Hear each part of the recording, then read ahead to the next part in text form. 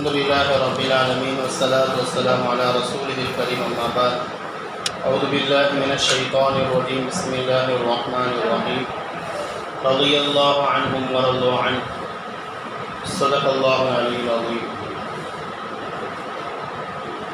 இல்லாமலுடைய திருக்கருவையால் 29 நோன்புகளும் 30 தராவிகளும் கொடுத்து அமைந்திருக்கிறோம். அல்லாஹ் தஆலா அனைத்து அமல்களையும் ஏற்றுக்கொள்வாதாக. எப்படியாச்சும் பெரிய கொண்டு வந்து பார்த்து இது கொண்டாடிடலாம் அப்படின்னு ரொம்ப ஆவலாக தேடிட்டு இருந்தோம். ஆனால் அல்லாஹ் சுப்ஹானஹு வ தஆலா நமக்கு 30 நோன்புகளை பரிபூர்ணமாக்கக்கூடிய ஒரு மிகப்பெரிய ஒரு பாக்கியத்தை அல்லாஹ் தஆலா தந்திருக்கிறான். இங்கே உள்ள பல பேர் கவலைப்பட்டாலும் நம்மளை விட கறிக்கடைக்காரங்களோ ஸ்வீட் கடைக்காரங்களோ ரொம்ப கவலைப்படுவாங்க. கூட தெரியாதது.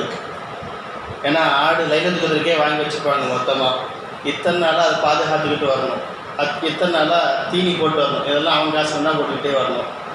ஒரு நாள் அதுக்கு செடி பாதுகாக்கணும், அதுக்கு தீனி போட்டுட்ருக்கணும், எல்லாம் பாருங்கள். கையில் கத்தியை வச்சுக்கிட்டு கழுத்தை ரெடியாக இருப்பாங்க.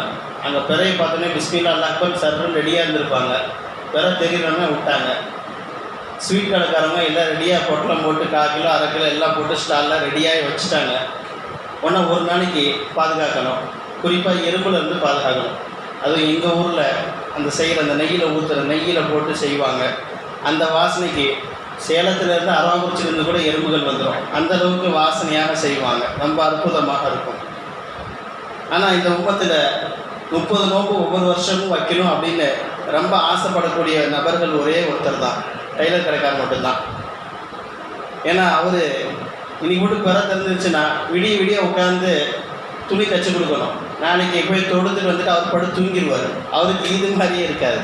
ஆனால் இன்னைக்கு ஒன்றா ஒரு நாள் அவருக்கு வாய்ப்பு இருக்குது, நமக்கு ட்ரெஸ் வரக்கு வாய்ப்பு இருக்குது இன்ஷா அல்லாஹ். கடந்த 2 நாட்களாக என்ன பண்ணோம் அப்படின்னா, 3ஆம் நூற்றாண்டில் வாழ்ந்த மிகப்பெரிய ஒரு சூஃபிகளுடைய தந்தை ஜுனைதுல் பக்தாதி ரஹ்மத்துல்லாஹி அலைஹி அவருடைய வாழ்க்கை வரலாறு மிக சுருக்கமாக பார்த்தோம்.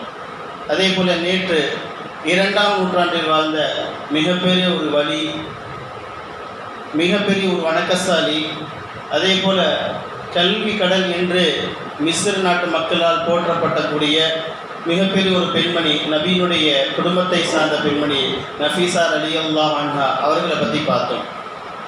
அதே போல் இன்ஷா அல்லாஹ் இன்னைக்கு 3 முத்துக்கள், 3 ஆளுங்களை பற்றி இன்ஷா அல்லாஹ் பார்ப்போம். இவங்க முதல் நூற்றாண்டில் வாழ்ந்தவங்க. யார் அப்படின்னா, இந்த ரமலானுடைய பிறை 2ல் ஃபாத்திமா ரலியல்லாஹு அன்ஹா அவர்கள் வஃபாத்தானாங்க. அதே ரமலான் 17ல் ஆயிஷா ரலியல்லாஹு அன்ஹா அவர்கள் வஃபாத்தானாங்க. பிறை 28ல் அன்னை ஹதீஜா ரலியல்லாஹு அன்ஹா அவர்கள் வஃபாத்தானாங்க. எல்லாமே நபியினுடைய குடும்பத்தார்கள், நபியினுடைய மனைவிகள், நபியினுடைய மகள்கள். இவங்க தான் வஃபாத்தானாங்க. அதனால் இந்த 3 பேர் பற்றி மிக சுருக்கமாக பார்ப்போம். பொதுவாக இமாம்கள்கிட்ட இந்த 3 பேரை பற்றியும் கொஞ்சம் பஹ்ஸ் செய்வாங்க, கொஞ்சம் ஆய்வுகள் செய்வாங்க, விவாதங்கள் வைப்பாங்க. யார் சிறந்தவங்க, 3 பேர்த்தில் யார், ஆயிஷா ரலியல்லாஹு சிறந்தவங்களா, ஹதீஜா ரலியல்லாஹு அன்ஹா சிறந்தவர்களா, இல்லை ஃபாத்திமா ரலியல்லாஹு சிறந்தவர்களா அப்படின்னு ஆய்வுகள் வைப்பாங்க. அந்த ஆய்வுடைய முடிவில் என்ன சொன்னாங்க அப்படின்னா, 3 பேருமே சிறந்தவங்களாம், இவங்களை விட அவங்க அப்படின்லாம் கிடையாது. 3 பேருமே சிறந்தவர்கள். 3 பேருமே ஒவ்வொரு விஷயத்தில் தனி சிறந்தவர்கள். இவங்கள்ட்ட உள்ள சிறப்பு இவங்கள்ட்ட இருக்காது, இவங்கள்ட்ட உள்ள சிறப்பு இவங்கள்ட்ட இருக்காது. அந்த மாதிரி தான் இருந்துச்சு. பொதுவாக நம்ம வீட்டில் கேட்போம் இல்லை, நம்ம பிள்ளைங்க நீ அம்மா பிள்ளையா அத்தா பிள்ளையான்னு கேட்போம். அந்த பிள்ளைங்க ஏதாச்சும் ஒன்று சொல்லுங்க, அம்மா பிள்ளைட்டு அத்தா பிள்ளை. 2 பேர்த்தையும் சேர்த்து சொன்னால் நம்ம பண்ணணும், இல்லை ஒருத்தர் தான் சொல்லணும் அப்படின்வோம். அந்த பிள்ளை கடைசியில் அம்மாச்சியை சொல்லிட்டு போயிடும். இப்போ அந்த மாதிரி இமாம்கள் வந்து வசீரம் சொன்னாங்க. 3 பேர்த்தில் யார் அப்படின்னா 3 பேருமே சிறந்தவங்க தான். இதில் முதலாவதாக நபியினுடைய முதல் மனைவி அன்னை ஹதீஜா ரலியல்லாஹு அன்ஹா அவருடைய சிறப்பை பற்றி பார்ப்போம். இவர்களுக்கு அல்லாஹ் தஆலா என்ன சிறப்பு கொடுத்துருந்தானோ அந்த சிறப்பு இந்த 2 பேருக்குமே கிடையாது. பின்னாடி வரக்கூடிய ஹதீஜா, பின்னாடி வரக்கூடிய ஃபாத்திமா ரலியல்லாஹு அவர்களுக்கும் கிடையாது, ஆயிஷா அவர்களுக்கும் கிடையாது.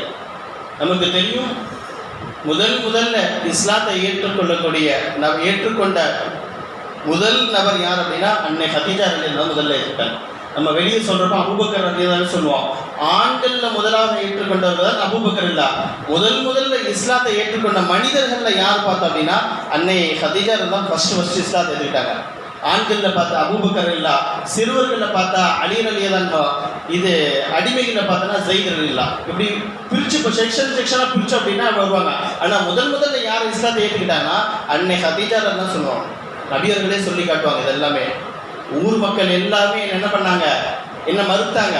அப்போ நான் சொன்னேன், இந்த மாதிரி நான் குகையில் இருக்கிறப்ப இந்த மாதிரி ஒரு வானவர் ஜிப்ரீல் வந்தார், எனக்கு வஹி வந்துச்சு, எனக்கு நுபுவத் கிடச்சிச்சு அப்படின்னு சொன்ன உடனே எந்த ஒரு மாற்று கருத்துக்களும் சொல்லாமல் உடனே இஸ்லாத்தை ஏற்றுக்கிட்டாங்க. இதே நம்ம வீட்டு பெண்மணிகிட்ட போய் ஏதோ ஒரு சொல்லி பாருங்களேன், இப்படி நடந்துச்சு, இப்படி போன ஒரு இடத்த இப்படி நடந்துச்சுன்ட்டு உடனே சொல்லுவாங்கன்னா பகல் கணவான்னு கேட்டுருவாங்க. ஆனால் அப்படிலாம் சொல்லலை. சொன்ன உடனே என்ன பண்ணாங்கன்னா தன்னுடைய கணவனுடைய விஷயத்தை புரிந்து கொண்டு முதல்ல இஸ்லாத்தை ஏற்றுக்கொண்ட பெண்மணி அவர்கள் தான். இந்த சிறப்பு இவரை யாருமே பெற முடியாது, அந்த மாதிரி ஒரு சிறப்பு. அதே போல் நபியை நமக்கு தெரியும், நபியவர்கள் அவர்களை திருமணம் செய்யும் பொழுது அவர்கள் பெயர் என்னன்னா செல்வ சீமாட்டி. அவருடைய புனை பெயர் செல்வ சீமாட்டி. ஜவுளி வியாபாரத்தில் கொடி கட்டி பறந்தவங்க, அந்த காலத்தில் ரொம்ப கொடி கட்டி பறந்தாங்க, பெரிய பிஸ்னஸ் உமனாக இருந்தாங்க. அப்படிப்பட்ட பெண்மணி என்ன பண்ணாங்க, நபியை திருமணம் செஞ்ச பிறகு இந்த இஸ்லாத்திற்காக வேண்டி தன்னுடைய முழு சொத்தையும் அப்படி கணவர்கிட்ட கொடுத்துட்டாங்க, முழு சொத்தையும் கொடுத்துட்டாங்க. இந்த சிறப்பு பின்னாடி வந்த எந்த மனைவிமார்களுக்கும் கிடையாது, யாருமே அப்படி கொடுக்கல. ஏன்னா யார்ட்டையும் அப்படி இல்லை, இருந்தது கொடுத்தாங்களே தவிர இவர்கள் கொடுத்ததை போல யாருமே கொடுக்கல. முழுசாக அள்ளி கொடுத்துட்டாங்க தன்னுடைய கணவருக்கு, எல்லாத்தையும் இழந்தாங்க. இந்த அளவுக்கு பெரிய செல்வ சீமாட்டி. அவர்களுடைய ஜனாசா, அவருடைய வஃபாத்துடைய நேரத்தில் அவருடைய ஜனாசாவை 2 துணி, அதாவது துணியை தலையை மூடனா காலு தெரியும், காலை மூடனா தலையை தெரியும், அந்த அளவுக்கு அவர்களுடைய நிலைமை ஆயிடுச்சு. இப்படிப்பட்ட சிறப்பு பெற்றவர்கள். அதே போல் மூன்றாவது நமக்கு தெரியும், நபியவர்களுக்கு மொத்தம் 11 மனைவிமார்கள். அதில் முதல் மனைவி ஹதீஜா தான். மொத்தம் 11 மனைவிமார்கள் இருந்தாலும் அல்லாஹ் தஆலா நபியவர்களுக்கு ஹதீஜா ரலியல்லாஹு அன்ஹா அவர்கள் மூலமாக மட்டும்தான் குழந்தை செல்வத்தை அல்லாஹ் தஆலா கொடுத்தார். 4 பொம்பளை பிள்ளைங்க, 2 பசங்களை கொடுத்தான். 2 பசங்க அல்லாஹ் தஆலா ஆரம்பத்தில் அல்லாஹ் தஆலா அவங்களுடைய கைப்பற்றி கொண்டார். 4 பேர் நமக்கு தெரியும். இந்த பெண் பிள்ளைகளை கொடுத்ததும், அந்த வராசத்தை கொடுத்ததும், குழந்தை வாரிசு மீதி 10 மனைவிமார்களுக்கு யாருக்குமே அல்லாஹ் தஆலா கொடுக்கல, இவர்களுக்கு மட்டும்தான் அல்லாஹ் தஆலா கொடுத்தான். அதே போல அல்லாஹ் சுப்ஹானஹு வ தஆலாவே நேரடியாக ஜிப்ரீல் அலைஹிஸ்ஸலாம் மூலமாக நீங்கள் ஹதீஜா ரலியல்லாஹு சலாம் சொல்லுங்கள், நான் சலாம் சொல்லுங்கன்னு சொல்லப்பட்ட பெண்மணி அவர்கள் மட்டும்தான். நமக்கு தெரியும், ஹஜ் உம்ராவுக்கு போனவங்களுக்கு தெரியும், அந்த சவுர் குகைக்கு போனோன்னா அது மேலே இருக்கும், உச்சியில் இருக்கும். அந்த காலத்தில் இப்பயும் இப்படி இருக்குது, நம்ம பார்க்குறப்ப கரண்ட் கொண்டா இருக்கும், மேலே ஏறக்கு ஒரு சரியான பாதையில் இருக்காது, அப்படியே கீழே நின்று அப்படி பார்த்துட்டு அப்படியே வந்துட வேண்டியதான், மேலே ஏற முடியாது, அவ்வளோ கஷ்டமாக இருக்கும். ஆனால் அந்த காலத்தில் நபியை விட 15 வயசு மூத்தவங்க, என்ன பண்ணுவாங்க, தன்னுடைய கணவருக்காக வேண்டி சாப்பாடெல்லாம் ரெடி பண்ணி, அந்த காலத்தில் கரண்ட் இல்லை, லைட் இல்லை, வெளிச்சம் இல்லை, எதுவுமே இருக்காது, எல்லாத்தையும் பொறுத்து கொண்டு என்ன பண்ணுவாங்க, உணவு எடுத்துகிட்டு போய் தன்னுடைய கணவருக்காக மலை மேலே உச்சியில் மேலே ஏறி போய் கொடுப்பாங்க. இந்த தியாகத்தை பார்த்து அல்லாஹ் சுப்ஹானஹு வ தஆலா அப்போ தான் உணவு எடுத்துக்கொண்டு வருவாங்க. அப்போ ஜிப்ரீல் அலைஹிஸ்ஸலாம் அனுப்பி சொல்லுவான், இந்த மாதிரி ஹதீஜா வராங்க, நான் சலாம் சொன்னேன்னு சொல்லி அவங்களுக்கு சொல்லுங்கன்னு சொல்லி அனுப்போம். இப்போ இப்படிலாம் தனித்தனி சிறப்புகள் அல்லாஹ் தஆலா அன்னை ஹதீஜா அவர்களுக்கு கொடுத்துருந்தான். இது முதல்ல. 2வது ஃபாத்திமா ரலியல்லாஹு அன்ஹா, இவர்களுக்கு தனி சிறப்பு. இந்த சிறப்பு வேறு யாருக்குமே வரல. நபியர்கள் சொல்லி காட்டுவாங்க, பிலஅத்தும் மின்னி. ஃபத்திமார்களை பற்றி சொல்லும் பொழுது பிலஅத்தும் மின்னி, என்னுடைய ஈரக்குல துண்டு என்பதாக சொல்லுவாங்க. இந்த சிறப்பு யாருமே நபியவர்கள் அப்படி சொல்லலை. ஏன்னா நபியவர்களுக்கு 4 பொம்பளை பிள்ளைங்க இருந்தாலும் அன்னை ஃபாத்திமார்கள் மேலே ரொம்ப பாசம் வச்சுருப்பாங்க, அவ்வளோ பாசம் அதிகமாக வச்சுருந்தாங்க. அதான் சொல்லுவாங்க, என்னுடைய ஈரக்குல துண்டு என்பதாக சொல்லி காட்டுவாங்க. அதே போல் நபியோருடைய வஃபாத்துடைய நேரத்தில், நபியுடைய வஃபாத் ஏற்படும் அன்னைக்கு வருவாங்க. வந்தோடனே நபியவர்கள் சொல்லுவாங்க, ஃபாத்திமா நீ அழுகாத, உங்கள் அத்தா இப்போ இன்னும் கொஞ்சம் நேரத்தில் போயிடுவேன். போன பின்னாடி கூடி சீக்கிரத்தில் ஃபஸ்ட்டு நம்ம குடும்பத்திலேருந்து என்னை பார்க்கறதுக்கு யார் வருவா அப்படின்னா நீ தான் வருவான்னு. அப்படின்னா என்ன அர்த்தம், எனக்கு அடுத்தது மௌத்தாகிறது நீ தான் மௌத்தாகுவா, கூடி சீக்கிரத்தில் நீ மௌத்தாகுவான்னு சொல்லப்படும். இப்போ இந்த சிறப்பு எல்லாமே அன்னை ஃபாத்திமா அவர்களுக்கு மட்டும்தான் கொடுக்கப்பட்டுச்சு. அதே போல் நபியவர்கள் ஏதாவது ஒரு ஊருக்கு, ஒரு போருக்கு எங்கேயாச்சும் போகணும் அப்படின்னா நேராக எல்லா மனைவிமார் வீடு பார்த்துட்டு கடைசியாக என்ன பண்ணுவாங்க, ஃபாத்திமா வீட்டுக்கு வருவாங்க. ஃபாத்திமாவில் பார்த்துட்டு தான் ஊரை விட்டே வெளியே போவாங்க, மக்கா விட்டு மதீனா விட்டு வெளியே போவாங்க. அதே போல் ஊருக்குள்ளே திரும்ப உள்ளே வரும் பொழுது ஃபஸ்ட்டு ஃபாத்திமாவோட வீட்டுக்கு தான் வருவாங்க, மனைவிமார் வீட்டுக்கு கூட போக மாட்டாங்க. ஃபாத்திமாவோட வீட்டுக்கு வந்து அவங்க நலம் விசாரிச்சுட்டு எல்லாம் பார்த்துட்டு அப்புறமேல் தான் உள்ளே போவாங்க. போகும்பொழுது கடைசியாக பார்த்துட்டு போவாங்க, ஊருக்குள்ளே வரும்பொழுது ஃபர்ஸ்ட்டாக பார்த்துட்டு வருவாங்க. இன்னும் சில நேரங்களில் சொல்லப்படுது, ஃபாத்திமாலாம் வராங்கன்னு தெரிஞ்சிச்சு அப்படின்னா உடனே நபியர்கள் எந்திரிச்சு நின்றுக்குவாங்க. எந்திரிச்சு நின்று விஐபி எப்படி வர வைக்கிறோமோ அந்த மாதிரி வர வைப்பாங்க. இப்படிப்பட்ட சிறப்புகள் எல்லாமே அன்னை ஃபாத்திமாவுக்கு மட்டும் கொடுக்கப்பட்டுச்சு. அதே போல் ஆயிஷா ரலியல்லாஹு, அதே போல் ஃபாத்திமாவை பற்றி நபியர்கள் சொல்லி காட்டுவாங்க, அன்தி சய்யிது அஹ்லின் நிசா, நீங்கள் என்ன பண்ணுங்க, சொர்க்கவாசிகளுடைய பெண்களுடைய தலைவி என்பதாக சொன்னாங்க.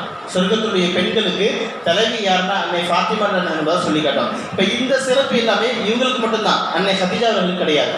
அடுத்ததாக ஆயிஷா ரலியல்லாஹு, அவங்க ரமலான் நோன்பு 17 வஃபாத்தானாங்க. நபியுடைய வஃபாத்துடைய நேரத்தில் அவனுடைய வயசு கரெக்டாக 18 வயசு. நம்ம இதில் சொன்னோம்னா நம்ம பிள்ளைங்களுக்கு மாப்பிள்ளை பார்க்கக்கூடிய அந்த ஸ்டேஜ், அப்போ தான் அந்த 18 வயசு ஆச்சுன்னா மாப்பிள்ளை பார்க்கலாம் அப்படின்னு பார்க்க ஆரம்பிப்போம். ஆனால் ஆயிஷாவுடைய வயசு 18 வயசு இருக்கும்போது நபியர்கள் வஃபாத் ஆகிட்டாங்க. அதற்கு பிறகு அல்லாஹ் தஆலா 40 வருடம் அவர்களுக்கு ஆயுள் அல்லாஹ் தஆலா நீட்டி வச்சுருந்தாங்க. 58 வயசு வரையும் வாழ்ந்தாங்க. பொதுவாக பெண்கள் தன்னுடைய கணவரை இழந்துட்டாங்க அப்படின்னா உடனே வீட்டுக்குள்ளே உட்காந்து அப்படி வீட்டுக்குள்ளே போயிடுவாங்க. பொதுவாக வீட்டுக்குள்ளே தான் இருப்பாங்க. கணவன்லாம் இல்லை அப்படின்னா வீட்டுக்குள்ளே அடைச்சி அப்படியே உட்காந்துருவாங்க. ஆனால் ஆயிஷாவில் மட்டும் அப்படி இல்லை. நபியவர்கள் வஃபாத் ஆன பிறகு ரூமில் ஒரு திரையை போட்டாங்க. அந்த திரைக்கு பின்னாடி இருந்து பல சஹாபாக்களை கல்விமான்களாக ஆக்கினாங்க. பல சஹாபாக்களுக்கு இன்னைக்கு ஹதீஸ்களில் கிட்டத்தட்ட 2000 ஹதீஸ்கள் என்ன பண்ணியிருக்காங்க, ஆயிஷா மூலமாக தான் நமக்கு கிடச்சிருக்குது. அதிலும் குறிப்பாக சொல்லணும் அப்படின்னா இந்த குடும்பத்தினுடைய மசாயில் இருக்குல்ல, நிக்காவுடைய மசாயில், தலாக்குடைய மசாயில், இந்த மகருடைய மசாயில், இந்த முக்கியமான இந்த குடும்பம் சார்ந்த மசாயில் எல்லாமே அன்னை ஆயிஷா மூலமாக தான் நமக்கு அறிவிக்கப்பட்டது. அவங்க தான் சொல்லுவாங்க, நபியர்கள் வீட்டுக்கு வந்தாங்கன்னா இப்படி பண்ணுவாங்க, இப்படி பேசுவாங்க, மனைவிமார்கிட்ட இப்படி இருப்பாங்க, உறவினர்கிட்ட இப்படி இருப்பாங்க. இப்படி எல்லா ஹதீஸுமே யார் மூலமாக வந்துச்சுன்னா, அதாவது சொல்லுவாங்க 3ல் 1 பகுதி ஷரியத் அன்னை ஆயிஷா ரலியல்லாஹு மூலமாக தான் வந்துச்சு. இப்போ இதெல்லாம் சிறப்பு யாருன்னா அவங்களுக்கு மட்டும்தான். திரைக்கு பின்னாடி இருந்து பாடம் எடுத்துக்கொண்டே இருப்பாங்க. வரக்கூடிய எல்லா சஹாபி பெண்மணிகளுக்கும் பாடம் எடுத்துக்கொண்டே இருப்பாங்க. அவங்களுடைய இல்மு அல்லாஹ் தஆலா ரொம்ப பெருசாக வச்சுருந்தாங்க. எந்த அளவுக்கு அப்படின்னா அந்த நேரத்தில் உள்ள கலீஃபாக்கள் ஏதாவது ஒரு சட்டத்தை அமல்படுத்தணும் அப்படின்னா ஆயிஷாக்கிட்ட போய் கேட்பாங்க, இந்த மாதிரி இந்த சட்டத்தை நாங்கள் கொண்டு வர போகிறோம் அப்படின்னு சொல்லி அவங்க ஒப்புதல் கொடுத்தா மட்டும்தான் அந்த சட்டம் நிறைவேற்ற முடியும். அவங்க மறுத்துட்டாங்க அப்படின்னா அந்த சட்டத்தை ஏற்றுக்க மாட்டாங்க. இப்போ அந்த அளவுக்கு அல்லாஹ் தஆலா இல்முல அவங்க அல்லாஹ் தஆலா உயர்ந்த அல்லாஹ் வச்சுருந்தாங்க. இன்னும் பல சிறப்புகள், ஏராளமான சிறப்புகள்லாம் சொல்லப்பட்டிருக்குது. இதெல்லாம் பார்த்தோம் அப்படின்னா 3 பெண்மணிகளும் சேர்ந்தவர்கள். அன்னை ஹதீஜா அவர்கள் ஆரம்பத்தில் நபியுடைய வாழ்க்கையினுடைய ஆரம்பத்தில் இருந்தாங்க.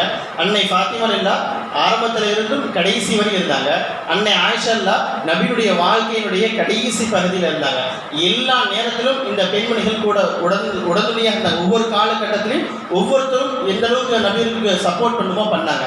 இதெல்லாம் எதற்காக சொல்லப்படுது அப்படின்னா, பெண்களாக இருக்கக்கூடியவர்கள் ஆளுமைகளாக, அதாவது ஒவ்வொரு நேரத்திலும் அவருடைய ஆளுமை அல்லாஹ் தஆலா கொடுத்திருக்கிறார். அந்த பெண்கள் மட்டும் சரியான நேரத்தில் தன்னுடைய கணவர்மார்களுக்கு இந்த தீனுக்காக அவர்கள் முன்னாடி வந்துட்டாங்கன்னா இந்த தீனை ஹயாத்தாக்குவதற்கு மிக லேசாக போயிடும்.